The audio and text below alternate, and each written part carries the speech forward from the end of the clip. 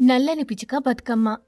అడవిలో ఒకచోట ఇల్లు కట్టుకుని ఉంటున్న నల్లని పిచ్చుక, రేపట్నుంచి బతుకమ్మ సంబరాలు మొదలు కానున్నాయి. నేను ముందుగా వెళ్ళి బతుకమ్మకు కావలసిన పూలను కోసుకుంటాను. పావురం, చిలుక, కొంగ చూశాయంటే నన్ను ఏడిపించడమే పనిగా పెట్టుకుంటాయి. ఇప్పుడే వెళ్ళి పూలు తెచ్చుకుంటాను అని పిచ్చుక ఒక బుట్టని పట్టుకొని ఇంటి నుంచి బయలుదేరి అడవిలో పూల కోసం చూస్తూ అలా ముందుకు కొంత దూరం వెళ్ళింది. ఒకచోట అన్ని రకాల పూలు కనబడతాయి. వాటిని చూసి నల్లని పిచ్చుక చాలా సంతోషపడుతుంది. వరేవా, నా అదృష్టం బావుంది. అన్ని రకాల పూలు ఒకే చోటున్నాయి. ఇంకా ఇక్కడికి పావురం, కొంగ, కాకి, చిలుక వచ్చినట్టు లేవు. నేనే ముందొచ్చాను. కావలసిన పూలను కోసుకుంటాను అని అనుకుంటూ ఉండగా పావురం, కొంగ, కాకి, చిలుక పూల బుట్టలు పట్టుకొని ఆ పూల దగ్గరకు వచ్చాయి. అక్కడ ఉన్న నల్లని పిచ్చుకను చూసి హేళనగా మాట్లాడడం చేస్తుంటాయి. నల్లని పిచ్చుక బాధగా కన్నీళ్లు పెట్టుకుంటూ అక్కడ్నుంచి వెళ్ళిపోతుంది. కాకికి చాలా బాధేస్తుంది. ఎందుకే ఆ నల్లని పిచ్చుక కనబడిన ప్రతిసారి తన రంగును చూసి తిడతారు, హేళనగా మాట్లాడతారు. అది కూడా మనలాగే ఒక పక్షి. ఈ అడవిలో మనకెంత హక్కు, అధికారం ఉన్నాయో తనకీ ఉన్నాయి. ఈ విషయం గుర్తుపెట్టుకుంటే మంచిది. ఈ కాకిగాడి మాటలు పట్టించుకోవద్దు. బతుకమ్మకి కావలసిన పూలను కోసుకుందాం అని చెప్పగానే పక్షులన్నీ కలిసి అక్కడ ఉన్న అన్ని రకాల పూలను కోసుకుంటూ ఉంటాయి. పూలతో బుట్టలను నింపుకుంటూ ఉంటాయి. ఆ అడవికి పెద్ద దిక్కుగా ఉన్న గ్రద్ద ముందు నల్లని పిచ్చుక బాధగా కన్నీళ్లు పెట్టుకుంటూ ఉంటుంది. అది చూడగానే గ్రద్ద మనసు మంచులా కరిగింది. పిచ్చుక, ఏమైందో చెప్పకుండా ఇలా నా ముందు నిలబడి బాధపడుతూ కన్నీళ్లు పెట్టుకుంటే నీ బాధకి కారణం ఏమిటో నాకెలా తెలుస్తుంది చెప్పు? నల్లగా పుట్టడం నా తప్ప పెద్దయ్యా? కాదు. అయినా తప్పని ఎవరన్నారు? నేను బతుకమ్మ ఆడకూడదా పెద్దయ్యా? బతుకమ్మ తల్లి ఒకరి సొత్తు కాదు పిచ్చుక, అందరి తల్లి. ఏడాదికొకసారి వచ్చి అందర్నీ చూసుకొని ఆశీర్వదించి వెళ్ళిపోతుంది. బతుకమ్మ పండుగని అందరూ ఆడుకోవచ్చు. వయసుతో తేడా లేదు. ప్రతి ఆడపిల్ల ముచ్చటపడి మురిపెంగా ఆడుకునే అందమైన పండుగ ఇది. కానీ నన్ను బతుకమ్మ చెయ్యొద్దని, ఆడొద్దని, బతుకమ్మ కోసం ఎలాంటి పూలు అడవిలో కోయకూడదని ఆంక్షలు పెడుతున్నారు పెద్దయ్యా. ఈ అడవిలో ఎవరికి ఎలాంటి ఆంక్షలు లేవు, హద్దులు లేవు. అడవికి పెద్ద దిక్కుగా నేనే ఎలాంటి ఆంక్షలు పెట్టలేదు. నాకు తెలియకుండా నా మాటని గౌరవించకుండా నీకు ఆంక్షలు పెట్టిందెవరే అని గ్రద్ద అడుగుతుంది. నల్లని పిచ్చుక ఏం మాట్లాడకుండా కన్నీళ్లు పెట్టుకుంటూ ఉంటుంది. పిచ్చుక మౌనం వెనుక ఉన్న సమాధానమేమిటో గ్రద్ద గ్రహించింది. నేను ఎవర్ని పిలిచి మాట్లాడాలో అర్థమైంది. నువ్విక్కడి నుంచి వెళ్ళు. నువ్వు అన్ని పక్షుల్లాగే బతుకమ్మ పండగను చెయ్యి. అందుకు కావలసిన పూలను తెచ్చుకో. వెళ్ళు పిచ్చుక, నేను చెబుతున్నాను కదా అని గ్రద్ద చెప్పగానే పిచ్చుక ఏం మాట్లాడకుండా కన్నీళ్లను తుడుచుకొని అక్కడి నుంచి వెళ్ళిపోయింది. ఇదంతా ఒక చెట్టు మీదున్న చిలుక చూసింది. మా మీదనే పెద్దయ్యకి ఫిర్యాదు చేస్తావా? ఈ రోజు మా చేతుల్లో జరిగే సన్మానం మామూలుగా ఉండదు నల్లని పిచ్చుక అని అనుకుని ఆ చెట్టు మీద నుంచి బయలుదేరి అలా ముందుకు వెళ్ళి ఒకచోట మాట్లాడుకుంటున్న పావురం, కొంగ, కాకి దగ్గరికి వచ్చింది. నువ్వు వెళ్ళినా పని ఏమైందే? ఆ నల్లని పిచ్చుక గ్రద్ద పెద్దయ్యతో ఏం చెప్పింది? మనం అనుకున్నదే చెప్పింది. మనం ఎందుకు బెదిరించామో, ఏ చేయకూడదని వార్నింగ్ ఇచ్చామో అదే చెప్పింది. నేననుకున్నదే జరిగింది. ఇప్పుడు మనల్ని గ్రద్ద పెద్దయ్య పిలుస్తాడు. ఏమని సమాధానం చెప్తే బాగుంటుందో ఆలోచించండి. ఇందులో అంతలా ఆలోచించడానికి ఏముంది కొంగ? అది మనతో తప్పుగా మాట్లాడిందని, అందుకే మేమలా మాట్లాడమని చెబుతాం. అంతలా నమ్మకపోతే ఎప్పుడు చూడు ఆ నల్లని పిచ్చుక చెప్పే మాటలే వింటారు తప్ప మా మాటలు వినరు.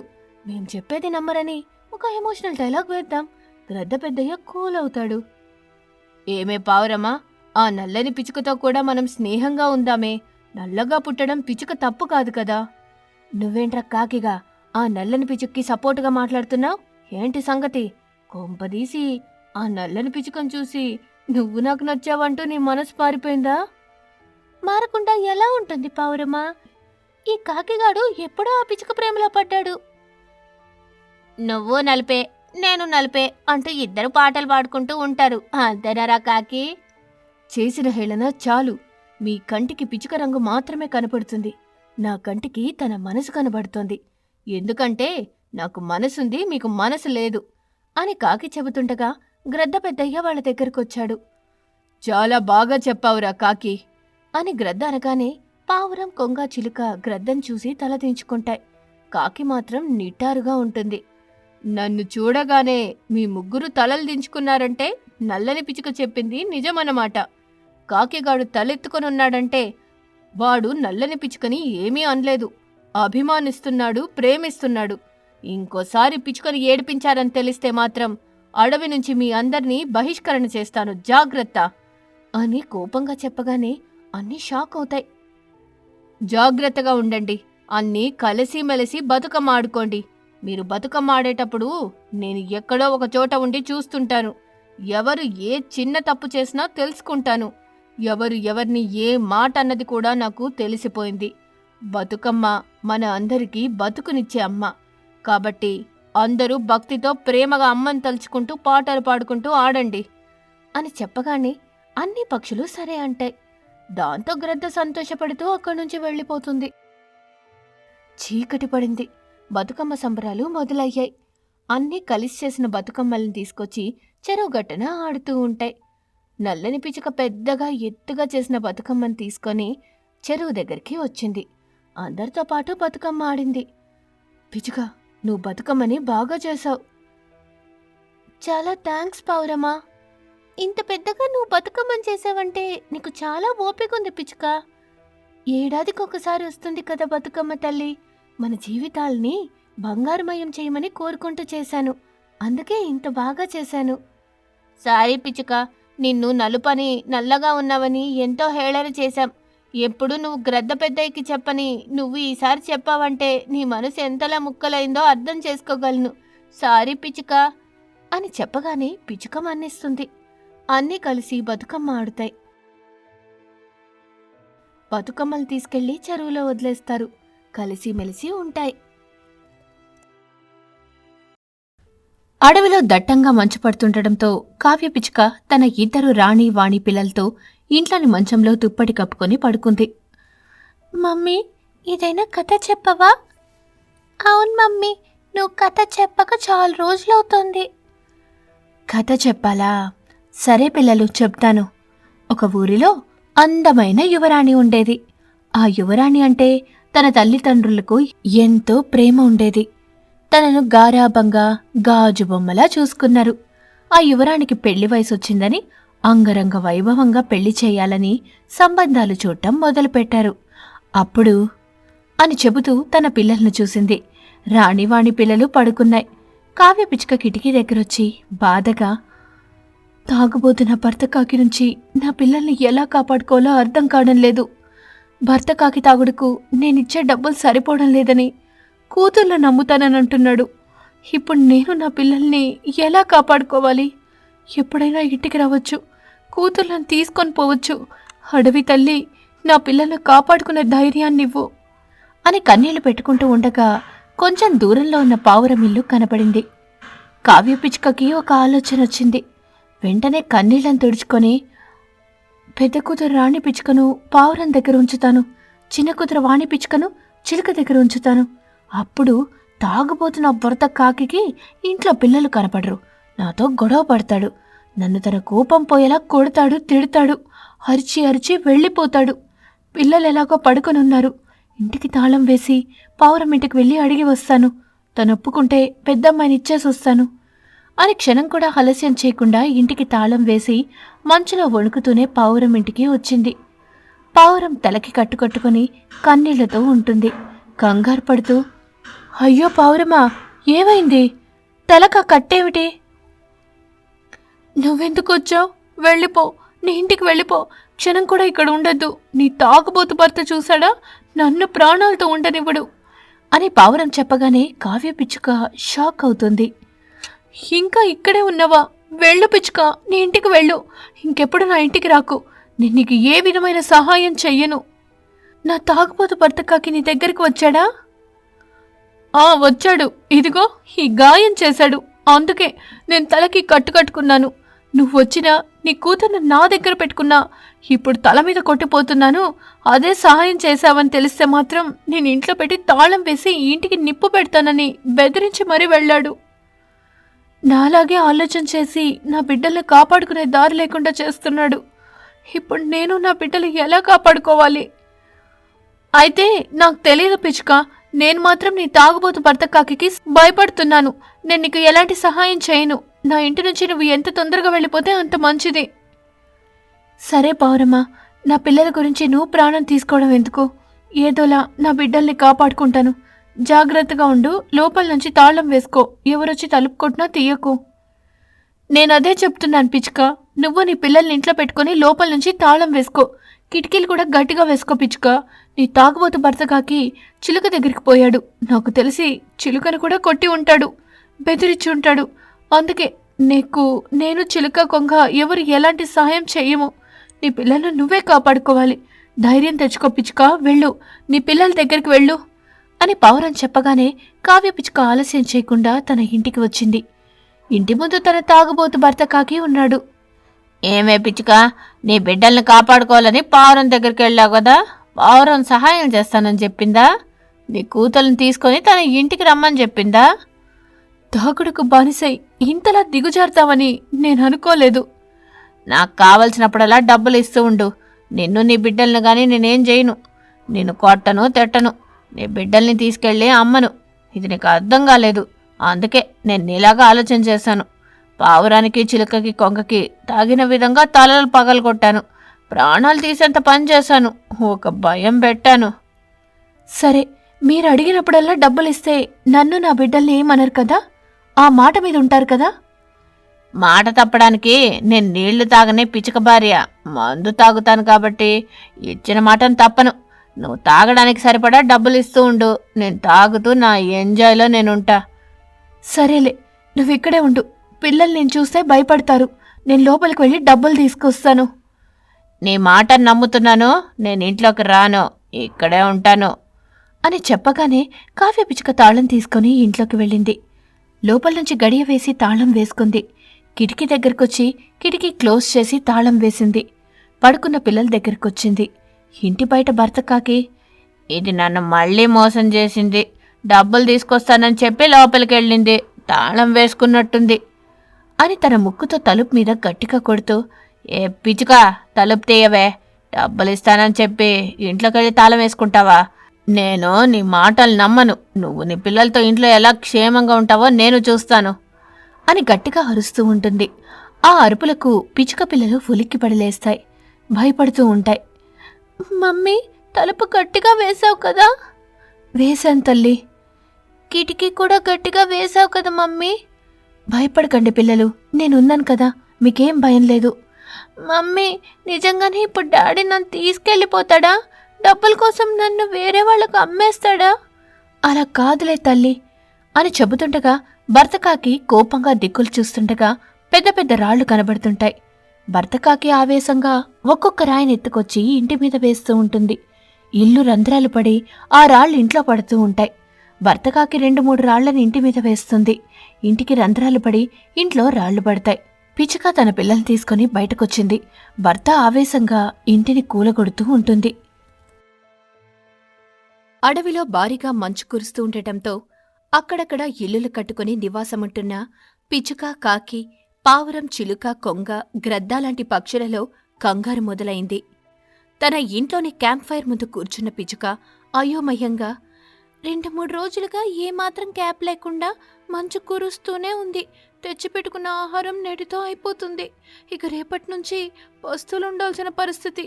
అసలు ఈ మంచు ఎందుకు ఇంతలా ఇన్ని రోజుల నుంచి పడుతుందో అర్థం కావడం లేదు. కాకికి నా ప్రేమ విషయం చెప్పకుండానే మంచులో చనిపోతానేమో. వామ్మో, అలా వద్దు. ఏదోలా చేసి నేను కాకి దగ్గరికి వెళ్ళి నా లవ్ గురించి చెప్పాలి అని అనుకుంటూ భయపడుతుంటే కాకి తన ఇంట్లో మంచం మీద పడుకొని నిండుగా దుప్పటి కప్పుకుంది. నాకెందుకో ఈ అడవిలో ఉండటం అంత మంచిది కాదనిపిస్తుంది. అరే, ఎప్పుడు లేని విధంగా విచిత్రంగా మంచు పడ్డం ఏమిటో ఏమాత్రం నా బుర్రకు అర్థం కావడం లేదు. మరో 2 రోజుల వరకు సరిపడా ఆహారమైతే ఉంది. చూద్దాం, అడవి తల్లి కరుణించి రేపట్నుంచి మంచుని కాకుండా ఎండను తీసుకొస్తే బాగుంటుంది. ఇక మంచుకు పడుతున్న చలిని తట్టుకోవడం నా వల్ల అయ్యేలా లేదు అని అనుకుంటూ కళ్ళు మూసుకుంది. అంతే, మంచులో గులాబీ పువ్వు పట్టుకుని పిచ్చుక తనకి ఇస్తున్నట్టుగా అనిపించింది. దాంతో చటుక్కున కాకి కళ్ళు తెరిచింది. పిచుక లేదు. తన బెడ్ మీద తను పడుకొని ఉంది. ఇంత మంచులో కూడా పిచుక నన్ను డిస్టర్బ్ చేస్తోంది. తన మీదున్న ప్రేమని నాలో దాచుకోవడం ఇక నా వల్ల కాదు. ఏదైతే అయింది, ఇప్పుడే వెళ్ళి నా ప్రేమ విషయం చెబుతాను. ఒప్పుకుంటే ఒకే ఇంట్లో ఒకే జీవితం అవుతుంది. లేదంటే ఇలాగే సోలో బతుకు సో బెటర్ అనుకుంటూ దూరం నుంచి పిచుకను చూస్తూ బతికేస్తాను. లేదు లేదు, నాకెందుకో పిచుక నా లవ్ని ఒప్పుకుంటుంది అనిపిస్తోంది. చెప్పేస్తాను అని అనుకుని తన ఇంట్లో నుంచి బయలుదేరింది కాకి.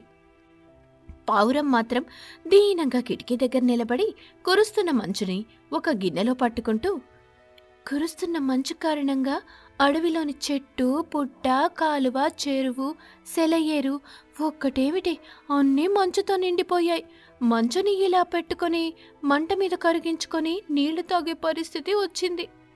మంచునిలా పట్టుకొని మంట మీద కరిగించుకొని నీళ్లు తాగే పరిస్థితి వచ్చింది. ఇలా ఇంకా ఎన్ని రోజులో అని అనుకుంటూ మంచుతో నిండిన గిన్నెను తీసుకొని కిటికీ వేసి తన ఇంట్లో ఒక మూల మండుతున్న కట్టెల పొయ్యి దగ్గరికి వచ్చింది. మంచు గిన్నెని పొయ్యి మీద పెట్టి పొయ్యి మంటకు వెచ్చగా కూర్చుంది. స్నేహితులైన చిలుక, కొంగ ఒక గూటిలో ఉన్నాయి. ఒక పండును చిలుక తన ముందు పెట్టుకొని చూస్తుంటే ఒక చేపను తన ముందు పెట్టుకొని కొంగ చూస్తోంది. వాటికి తమ జీవితం ప్రశ్నార్థకంగా మారింది. ఏం మాట్లాడాలో కూడా వాటికి అర్థం కావడం లేదు. బాధగా, ఇంటి బయట దట్టమైన మంచు, నా కడుపు లోపల భయంకరమైన ఆకలి, నా దగ్గర ఉన్నది ఈ ఒకే పండు, దీనిని కూడా నిన్నటి నుంచి ఇలా చూసుకుంటూ ఆకలిని ఓర్చుకుంటూ వస్తున్నాను. ఇక ఈరోజు ఆకలిని ఓర్చుకోవడం నాతో అయ్యేలా లేదు. ఏదైతే అదవుతుంది. ఈ పండు నేనే తినేస్తాను. ఇంచుమించు నీ పరిస్థితిలాగే నా పరిస్థితి ఉంది చిలక. కాకపోతే నువ్వు బయటపడ్డావు, నేను బయటపడలేదు అంతే. నీ దగ్గర ఒకే ఒక పండుంది, నా దగ్గర ఒకే ఒక చేప ఉంది. ఆ పండుని నేను తినలేను, ఈ చేపని నువ్వు తినలేవు. ఒకరి ఆహారాన్ని ఒకరం అలవాటు చేసుకునుంటే అని కొంగ చెబుతుండగా మాట మధ్యలో చిలుక కల్పించుకొని, ఇలాంటి క్లిష్ట పరిస్థితి ఎదురైనప్పుడు ఒకరి ఆహారాన్ని ఒకరు షేర్ చేసుకుంటూ మరో 2 రోజులు బతికే అవకాశం ఉండేది కదా కొంగ. అంతే కదా చిలుక, కానీ మనం అలవాటు చేసుకోలేదు. అసలు ఇలాంటి విపత్తు ఈ అడవికి వస్తుందని అనుకోలేదు. కానీ అనుకోని అతిథిలో భలే వచ్చింది చిలుక. ఇలా చూడవే కొంగ, ఆకలిని తట్టుకోలేక నా దగ్గర ఉన్న ఈ ఒక్క పండును తింటాను. రేపు మంచు తగ్గితే నేను బతికే అవకాశం ఉంటుంది, లేదంటే చనిపోతాను. అప్పుడు నువ్వు ఎలాగో చనిపోయింది కదా అని ఇంట్లో నుంచి తీసి బయట మంచులో పడేయకుండా అంత్యక్రియలు చేస్తావు కదూ అని కన్నీళ్లు పెట్టుకుంది. ఆ మాట విని చిలుకను చూసిన కొంగకి చాలా జాలేసింది. అలా మాట్లాడకు చిలుక, నాకెందుకో మనకేమి కాదనిపిస్తోంది. రేపటి నుంచి మన అడవిలోకి సూర్యుడు వస్తాడనిపిస్తోంది. నాకు ధైర్యం చెప్పడానికి ప్రయత్నం చెయ్యక్కొంగా, నేను చెప్పిందే నీలో కూడా ఉంది. నువ్వు కూడా నాతో అదే చెప్పాలని అనుకుంటున్నావని నాకు అర్థమైంది. అవును చిలక, నువ్వు పూర్తిగా నన్ను చదివేశావు. నేను అదే చెప్పాలని అనుకుంటున్నాను. ఒకవేళ మంచు ఇలాగే ఉంటే నేను ముందు పోతే బాధపడక్కొంగా, నేను అన్ని విధాలా నీ అంత్యక్రియలు జరిపిస్తాను. నువ్వు నీ దగ్గర ఉన్న నీ ఆహారాన్ని తిను, నేను నా దగ్గర ఉన్న ఆహారాన్ని తింటాను. ఆహారం తిన్న తర్వాత అలా అందరినీ కలుద్దాం చిలుక. అలాగే కొంగ, చివరిసారిగా నీ ఆలోచన బాగుంది కొంగ, ఇక తిను అని చిలుక తన ముందున్న పండును చకచకా తింటూ ఉంటుంది. అది చూసి కొంగ కూడా తన ముందున్న చేపను తింటూ గ్రద్ద మాత్రం తన ఇంట్లో అటూ ఇటూ తిరుగుతూ, ఎలాగో అడవిలో 2 రోజుల నుంచి దట్టమైన మంచు పడుతోంది. అందువల్ల ఏ ఒక్క పక్షి కూడా ఇంట్లో నుంచి బయటకు రాకుండా ఉంటారు. ఆకలి పేరుతో నేను ఒక్కొక్క ఇంటికి వెళ్ళి వాళ్ళు పెట్టింది కొంచెం తిని ఓ అర్ధరాత్రి నేను మేల్కొని వాటిని తినేస్తాను. అలా నా ఆకలి తీర్చుకుంటాను. ముందుగా నేను కాకి నుంచి మొదలు పెడతాను అని అనుకొని తన ఇంట్లో నుంచి బయలుదేరి మంచులో తడుచుకుంటూ కాకి ఇంటివైపు వెళ్తూ ఉండగా ఒకచోట మంట వేసుకుని పిచుక, కాకి, పావురం, చిలుక, కొంగ అన్ని పక్షులు కలిసి సరదాగా మాట్లాడుకుంటూ ఉంటాయి. వాటి దగ్గరికి వచ్చింది. అన్ని పక్షులు గ్రద్దం చూశాయి. మంచు కురుస్తుందనే భయం లేకుండా అందరూ హుషారుగా ఉన్నారు. పోయేటప్పుడు బాధపడ్డా ఎందుకు చెప్పండి, అందుకే ఉన్నంతవరకు సంతోషంగా సరదాగా మాట్లాడుకుందామని ఇలా ఏర్పాటు చేసుకున్నాం. మంచి పని చేశారు. నాకు కూడా చెప్తే నేను కూడా వచ్చేదానిని కదా. ఎందుకు నాకు చెప్పలేదు? ఇప్పుడు చెప్పని విషయం గురించి మాట్లాడడం ఎందుకు గ్రద్దా? ఎలాగో వచ్చావు కదా, ఇక మాట్లాడుకుందాం అని చెప్పి కాకి మాట్లాడుతూ ఉంటుంది. అన్ని పక్షులు చలాకీగా ఉంటాయి. కొంత సమయం తర్వాత గ్రద్ద తనకు పనుందని తోడుగా రమ్మని కాకిని తీసుకొని తన ఇంటికి వెళ్ళింది. కాకిని చంపేసి తింటూ ఉంటుంది. ఈ విషయం తెలియని పిచ్చుక సరదాగా కబుర్లు చెప్పుకుంటూ ఉంటుంది. అలా గ్రద్ద ఒక్కొక్క పక్షిని తీసుకెళ్లి చంపేస్తూ తన ఆకలిని తీర్చుకుంటుంది. చల్లని గాలి, దారుణమైన వర్షం. అడవిలో సవతి తల్లి కావ్య పిచ్చుక గొడుగు పట్టుకొని తన పిల్లలు కాని చిన్నారి రాణి పిచ్చుకని చిట్టి తేజ్ కాకిని జాగ్రత్తగా చూసుకుంటూ ఒక చెట్టు కింద నిలబడి అయోమయంగా దిక్కులు చూస్తుండగా, చలిపెడుతోంది పిన్ని, ఇలా చెట్టు పెద్ద బండరాయి కాకుండా ఏదైనా ఇల్లు చూడు పిన్ని, మనం అందులోకి వెళ్ళుందాం. అవును పిన్ని, అక్క చెప్పినట్టు ఏదైనా ఇల్లు చూడు పిన్ని, ఇంతలా గాలి వీస్తూ దారుణంగా వర్షం పడుతున్నప్పుడు ఇలా చెట్టు కింద రాళ్ల పక్కన నిలబడి ఉండటం అంత మంచిది కాదు పిన్ని, ప్రమాదం, ప్రాణాలు పోయే పరిస్థితి ఉంటుంది. పిల్లలు, ఇదంతా నాకు తెలీదా చెప్పండి? కాకపోతే మనం ఈ అడవిలో కొత్తగా వచ్చాం. ఉండటానికి ఎక్కడా ఒక ఇల్లు కనపట్టం లేదు. సహాయం అడుగుదామంటే ఒక పక్షి కూడా కనపట్టం లేదు. ఇంత వర్షంలో ఈ చల్లని గాలిలో మిమ్మల్ని తీసుకుని ఎటు వెళ్లాలో తెలియక ఇలా చెట్టు కింద నిలబడి ఉన్నాను. చెట్టు కింద ఉండటం ప్రమాదమే, కానీ ఇప్పుడు మనకు తప్పదు అని చెప్తుండగా ఒక కొమ్మ విరిగి ధనేల్మని వాటి ముందు పడింది. అది చూసి రాణి పిచ్చుక తేజ్కాకి భయపడ్డాయి. సవతి తల్లి కావ్య పిచ్చుక అది గమనించి, భయపడకండి పిల్లలు, నేనున్నాను కదా, మీకేమీ కాదు. మీ అమ్మ చనిపోతూ మిమ్మల్ని నాకు అప్పగించి వెళ్ళిపోయింది. నా ప్రాణం పోయినా మీకేం కాకుండా చూసుకుంటాను, మిమ్మల్ని కాపాడుకుంటాను. ఈ చెట్టు కింద వద్దు పిన్ని, నాకు చాలా భయంగా ఉంది. అవును పిన్ని, ఒక కొమ్మ విరిగిందంటే మరొక కొమ్మ కూడా విరిగిపడడానికి సిద్ధంగా ఉంటుంది. మనం ఇక్కడి నుంచి వెళ్ళిపోవడమే మంచిది. సరే పిల్లలు, నడుచుకుంటూ వెళ్దాం. మీరు మాత్రం గొడుగు కిందే ఉండండి, పక్కకి వెళ్ళకండి అని చెప్పి పిల్లల్ని తీసుకొని గొడుగు పట్టుకొని ఆ చెట్టు నుంచి కావ్య పిచ్చుక కొంచెం దూరం నడిచిందో లేదో అవి నిలబడిన చోట ఒక కొమ్మ విరిగిపడింది. అంతే, మూడు అయోమయంగా ఒకదానినొకటి చూసుకున్నాయి. పదండి పిల్లలు, మనమిలా చెట్ల కింద ఉండటం అంత మంచిది కాదనిపిస్తోంది. తొందరగా పదండి, ఏదో ఒక గూడు చూసుకోవాలి, లేదంటే ఏర్పాటు చేసుకోవాలి అని చెప్పి తన పిల్లల్ని తీసుకొని కావ్య పిచ్చుక కొంచెం ముందుకు నడవగానే ఆకాష్ కాకి ఇల్లు కనపడింది. దీపం వెలుగులో ఆకాష్ కాకి కిటికీ దగ్గర కూర్చుని వేడివేడి పప్పులు తింటూ ఉంటుంది. కావ్య పిచ్చుక, రాణి పిచ్చుక, తేజ్ కాకి సంతోషపడ్డాయి. పిన్ని, అక్కడేదో ఇల్లుంది, అందులో ఎవరో ఉన్నారు. పద పిన్ని, ఆ ఇంటికి వెళ్లి సహాయం చేయమని అడుగుతాం. అవును పిన్ని అని పిల్లలు అనగానే కావ్య పిచ్చుక కాదనలేకపోయింది. పిల్లల్ని తీసుకొని ఆ ఇంటికొచ్చింది. తలుపు మీద గట్టిగా కొట్టింది. కిటికీ దగ్గరున్న ఆకాష్ కాకి తలుపు కొట్టిన చప్పుడు విని, ఇంత వర్షంలో నా ఇంటికి ఎవరొచ్చుంటారు అని అనుకుంటూ ఉండగా కావ్య పిచ్చుక మళ్లీ తలుపు కొడుతుంది. అది విని ఆకాష్ కాకి వచ్చి తలుపు తీస్తుంది. ఎదురుగా కావ్య పిచ్చుక, చిన్నారి రాణి పిచ్చుక, చిన్నారి తేజ్ కాకి కనపడింది. కావ్య పిచ్చుకను చూసి నమ్మలేకపోయింది. కావ్య పిచ్చుక కూడా అక్కడ ఆకాష్ కాకిని చూసి నమ్మలేకపోయింది. కావ్య, నువ్వా? నువ్వేంటిక్కడ? ఆకాష్, ఇది నీళ్ళేనా? హో సారీ కావ్య, ముందుగా ఇంట్లోకి రండి అని చెప్పగానే కావ్య పిచ్చుక తన పిల్లలతో ఇంట్లోకి వెళ్ళింది. కావ్య, పిల్లలు, అక్కడ కట్టెల పొయ్యి వేడిగానే ఉంది, చలి కాసుకోండి అని చెప్పగానే కావ్య పిచ్చుక తన పిల్లలతో కలిసి నిప్పులతో ఉన్న పొయ్యి దగ్గరికి వచ్చింది. ఆ పొయ్యి చుట్టూ నిలబడి చలి కాచుకుంటున్నాయి. పప్పులు తీసుకొని వాటి దగ్గరకు వచ్చింది. పిల్లలు, ఈ పప్పులు తింటూ ఉండండి, వేడివేడిగా బాగున్నాయి అని చెప్పగానే పిల్లలు కావ్య పిచ్చుకని చూశాయి. ఆ చూపుల్ని అర్థం చేసుకొని, చెప్పు కావ్య, పిల్లలు ఆకలితో ఉన్నట్టున్నారు, అలాగే నేను నీతో మాట్లాడాలి. తినండి పిల్లలు, తను ఆకాష్, మేమిద్దరం కలిసే చదువుకున్నాం, ప్రేమించుకున్నాం, పెళ్లి కూడా చేసుకోవాలనుకున్నాం. ఓహో పిన్ని, నువ్వు మమ్మీతో చెప్పేదానివి కదా, ఆ బాబాయ్ ఈ కాకి బాబాయేనా అని అనగానే కావ్య పిచ్చుక నవ్వింది. ఆకాష్ కాకి కూడా నవ్వుతూ, పిల్లలు, మీరు వేడివేడిగా తింటూ ఉండండి, మేమిద్దరం కాసేపు ఆ కిటికీ దగ్గర మాట్లాడుకుంటాం. కొట్టుకోకుండా తినండి పిల్లలు, ఇంకా కావాలంటే ఈ కాకి బాబాయ్ పెడతాడు అని చెప్పి ఆకాష్ కాకి, కావ్య పిచ్చుక రెండూ కలిసి కిటికీ దగ్గరకొచ్చాయి. రెండూ మాట్లాడుకుంటున్న మాటలు పిల్లలకు వినబడుతున్నాయి. ఏం జరిగింది కావ్య? మా బావ నా మీదున్న ఇష్టంతో మా అక్కను చంపేశాడు. పిల్లల వంకతో నన్ను పెళ్లి చేసుకోవాలనుకున్నాడు. నిజం తెలిసి నేను పిల్లల్ని తీసుకొని పారిపోయి ఇలా వచ్చాను. అదృష్టం బాగుంది కాబట్టి నువ్వు కలిసావు. లేదంటే ఈ అడవిలో మా పరిస్థితి ఎలా ఉండేదో ఏమో అని చెబుతూ బాధపడింది. ఆకాష్ కాకి ఓదార్పుతో, బాధపడకు కావ్య, నా దగ్గరకు వచ్చావు కదా, నేను చూసుకుంటాను. మనం పెళ్లి చేసుకుందాం. అప్పుడు మనల్ని ఎవ్వరు ఏమనరు, వేరు చేయలేరు. ఏమంటావు ఆకాష్? మరి మీ అక్క పిల్లలు? అర్థం కాలేదు ఆకాష్.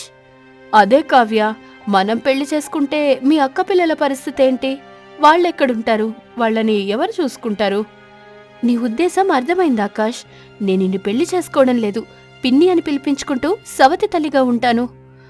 అది కాదు కావ్య, రేపు మనకు పిల్లలు పుడితే ప్రాబ్లం అవుతుంది.